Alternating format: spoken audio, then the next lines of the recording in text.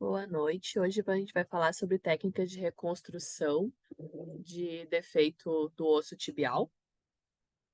O manejo dos defeitos tibiais geralmente são complexos e de alto custo e exigem diversas intervenções para salvar o membro. Novas tecnologias nos últimos anos surgiram para ajudar nesse processo.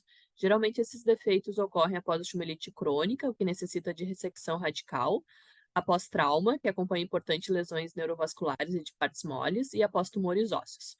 O defeito ósseo crítico é aquele que não irá se consolidar espontaneamente. Algumas literaturas definem como a perda de 1 a 2 centímetros da tíbia ou 50% da circunferência tibial. Para que a reconstrução possa ocorrer, o paciente deve ser colaborativo, com cobertura de partes moles, com status nutricional adequado e ausência de infecção e tabagismo. O paciente precisa de uma abordagem multidisciplinar previamente para chegar nesses parâmetros. Defeitos que atingem a tíbia distal, no geral, exigem artrodese tibiotársica. O método de escolha depende das características do paciente, a etiologia do defeito e a experiência do cirurgião. A osteogênese distrativa é um processo biológico que produz osso novo, de qualidade similar ao normal, em um processo lento. Foi desenvolvido na década de 50 pelo Ilizarov e permite o alongamento das partes moles, como os tendões, nervos e vasos, junto com o crescimento ósseo. Os fixadores podem ser monoplanar, circular ou hexagonal, além de hastes endomedulares e placas de transporte ósseo.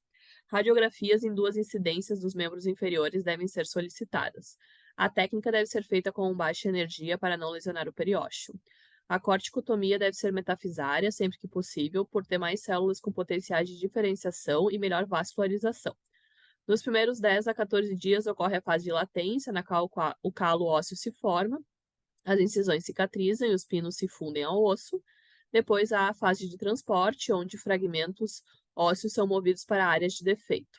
Na fase de consolidação, o osso matura e ossifica, sendo capaz de suportar as cargas do corpo humano. Após a fase de latência, o osso começa a ser alongado 0,7 a 1 milímetro por dia, 0,5 0,25 milímetros a cada 6 ou 8 horas.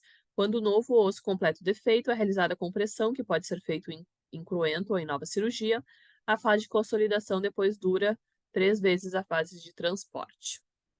As vantagens desse tipo de tratamento é permitir a carga progressiva do paciente com adequada vascularização e uma reconstrução biológica.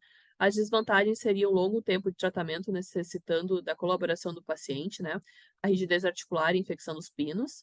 Os fixadores externos podem ser convertidos para a síntese interna assim que termina a fase de transporte. Existe também a estratégia de encurtamento-alongamento, na qual o defeito é encurtado enquanto uma área proximal é alongada para evitar a discrepância de membros. Um encurtamento agudo de até 3 centímetros pode ser realizado trazendo consolidação mais rápida, reduzindo espaço morto, trazendo estabilidade e sem comprometer partes moles. Alterações vasculares, edema, déficit de perfusão e complicações de FO foram descritas em encurtamentos em um tempo maior que 3 centímetros. Nesses casos, é recomendado um processo gradual ou combinado com outro encurtamento. A indução com a haste endomedular surgiu nos últimos anos, diminuindo a discrepância de membros, aumentando a consolidação e sem as desvantagens do fixador externo. Através do campo eletromagnético, o defeito ósseo é manejado por dentro da medular. A técnica de Masquelet foi descrita em 1986 e é realizada em 2 tempos. No primeiro momento é feita ressecção ampla e colocação de espaçador de cimento com antibiótico. Pode ser necessário mais de uma ressecção e ajuda multidisciplinar para a cobertura de partes moles. O segundo momento é feito em 6 a 8 semanas, quando há boa cobertura. Os cimentos são removidos e os defeitos preenchidos com osso esponjoso autólogo. Enxerto holográfico e sintético podem ser usados em defeitos muito grandes juntos com o enxerto autólogo. Apenas o enxerto autólogo apresenta propriedades físicas e biológicas similares ao osso normal. Para um osso consolidar, são necessários 4 fatores: presença de células osteogênicas, formação de uma membrana osteoindutiva, fatores de crescimento e estabilidade mecânica com fixação interna ou externa. A formação dessa membrana osteoindutiva ocorre durante as semanas do uso do cimento. O cimento é colocado em bloco para defeitos diafisários e em bolas para defeitos metafisários. Essa membrana vai proteger o osso, produz fatores de crescimento, induz osteogênese e induz revascularização. Os resultados são excelentes se realizados em pacientes sem infecção. O enxerto halográfico estrutural, como o Frozen, por exemplo, restaura o alongamento do membro e evita a abordagem de outro sítio cirúrgico, principalmente no contexto oncológico. A principal desvantagem é ter mais ausência de consolidação e risco de fratura. A literatura vem recomendando associação com enxerto de fíbula vascularizada.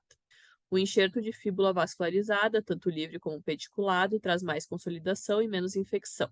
Podemos conseguir até 25 centímetros de comprimento do osso para o enxerto.